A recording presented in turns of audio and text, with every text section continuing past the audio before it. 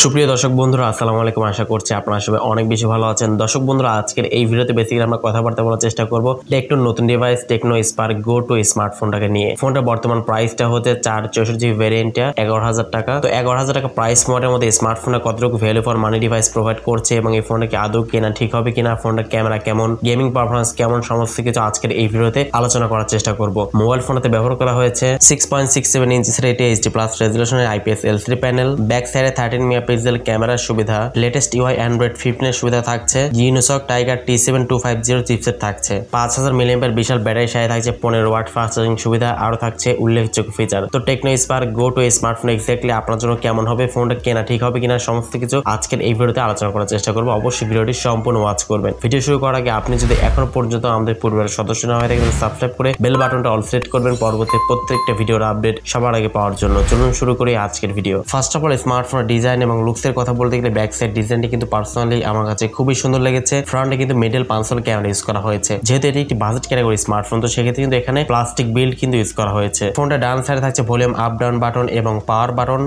বাটনের সঙ্গেই থাকছে ফিঙ্গারপ্রিন্ট স্ক্যানার। নিচে থাকছে type C port, microphone, 3D speaker এবং 3.5mm হেডফোন জ্যাক। সেই সাথে স্মার্টফোনে কিন্তু IP64 এর কিন্তু রেটিং থাকছে, তো সেক্ষেত্রে কিন্তু টুকটাক বৃষ্টি ছিটে ফোটা এবং ধুলাবালিকে খুব ভালো মতো কিন্তু প্রোটেক্ট করতে পারবে। ডিসপ্লে নিয়ে বলতে গেলে ফোনটা ডিসপ্লে সেকশনে আপনারা পেয়ে যাচ্ছেন 6.67 ইঞ্চি সাইজের এইচডি প্লাস রেজুলেশনের IPS LCD প্যানেল ইউজ করা হয়েছে। সাথে থাকছে গোরিলা গ্লাসের একটা প্রোটেকশন, 120 হার্জ রিফ্রেশ সুবিধা কিন্তু পেয়ে যাচ্ছেন স্মার্টফোনটাতে। মানে এত কম টাকা প্রাইসের মধ্যে 120 হার্জ রিফ্রেশ দিয়েছে, বাট এটা আসলে কতটুকু কার্যকর হবে তা আসলে আমি জানি না, বাট এই প্রাইস সেগমেন্টে 120 হার্জ দেওয়ার চেষ্টা করছে, এটা কিন্তু খুবই ভালো ব্যাপার। ফ্রন্টে কিন্তু গোরিলা গ্লাসের একটা প্রোটেকশনটাও ইউজ করা হয়েছে, তবে এক্সাক্ট ভার্সনটা এখানে উল্লেখ করেনি। এই প্রাইস সেগমেন্টে মিডল পাঁচল ক্যামেরা দিয়েছে, এটা কিন্তু খুবই ভালো লেগেছে পার্সোনালি আমার কাছে। ডিসপ্লে কিন্তু আউটডোর ডেস্ক সানলাইট ইউজ করার সময় অবশ্যই কিছুটা পরিমাণে শার্পনেসের ঘাটতি আপনি ফিল করবেন যদি খুব কাছ থেকে ইউজ করেন, আর যদি একটু দূরের থেকে ইউজ করেন তাহলে কিন্তু এটা খুব একটা বেশি আসলে কোনো সমস্যাই হবে না। এই প্রাইস সেগমেন্টে কেউই কিন্তু আপনাকে ফুল এইচডি প্লাস ডিসপ্লে কিন্তু অফার করবে না, তো সেই দিক থেকে অবশ্যই ডিসপ্লে কোয়ালিটি যথেষ্ট কিন্তু ভালো ছিল। ফোনটা at the main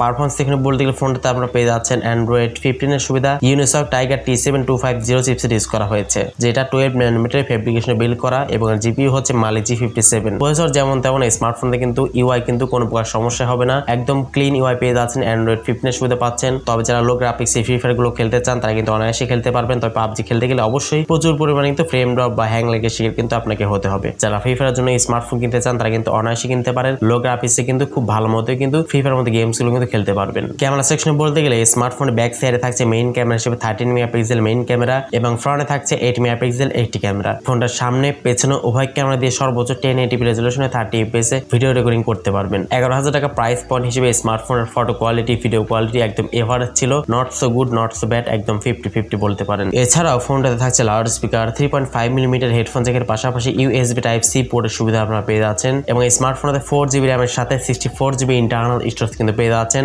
eMMC type রাখা হয়েছে 5.1, যেটা কিন্তু খুবই ভালো ব্যাপার এই প্রাইস পয়েন্ট হিসেবে। তো এট লাস্ট ফোনটার ব্যাটারি নিয়ে বলতে গেলে ফোনটা ব্যাটারি সেকশনে ইউজ করা হয়েছে 5000 mAh, এটি ম্যাসিভ ব্যাটারি সেটআপ এবং 15 ওয়াট চার্জিং সুবিধা। এখানে 15 ওয়াট চার্জিং সুবিধা না দিয়ে 18 ওয়াট দিলে সেটা কিন্তু আরেকটু বেশি ভালো হতো, বাট এখানে কিন্তু 15 ওয়াট থাকছে। যাই হোক, স্মার্টফোনটা 5000 mAh ব্যাটারি দিয়ে অবশ্যই ভালো পরিমাণে এটি চার্জ ব্যাকআপ কিন্তু এখান থেকে আপনারা অনায়াসে পেয়ে যাবেন। টেকনো স্পার্ক গো 2 স্মার্টফোনের বর্তমান 464GB ভ্যারিয়েন্টের প্রাইস রাখা হয়েছে 11,000 টাকা, 10,999 টাকা, তো অলমোস্ট 11,000 টাকায় বলতে পারেন। স্মার্টফোন কিন্তু এই প্রাইস সেগমেন্টে যথেষ্ট ভালো কিন্তু ভ্যালু ফর মানি ডিভাইস কিন্তু প্রোভাইড করছে এবং আপনি যদি বলেন যে এই মুহূর্তে 11,000 টাকা প্রাইস পয়েন্টে কোন ফোনটা ভালো হবে, ডেফিনেটলি আমি বলবো টেকনো স্পার্ক গো 2 স্মার্টফোনটা কিন্তু ভালো হবে। যদিও কিছু আসলে কমতির জায়গায় রয়েছে, বাট এই প্রাইস সেগমেন্টে আসলে যা কিছু দিয়েছে এটা কিন্তু প্রশংসা না করলে একদমই হচ্ছে না। তো এই প্রাইস সেগমেন্টে কিন্তু স্মার্টফোনটা কিন্তু আপনারা কিনতে পারেন। এই প্রাইস সেগমেন্টে আপনার কাছে ফোনটা কেমন লাগলো সেটাও কিন্তু কমেন্টস করে জানাতে পারেন। আমার কাছে কিন্তু খুবই সুন্দর লেগেছে। তো আজকের মতো এই পর্যন্তই। আল্লাহ হাফেজ, আসসালামু আলাইকুম ওয়া রাহমাতুল্লাহ।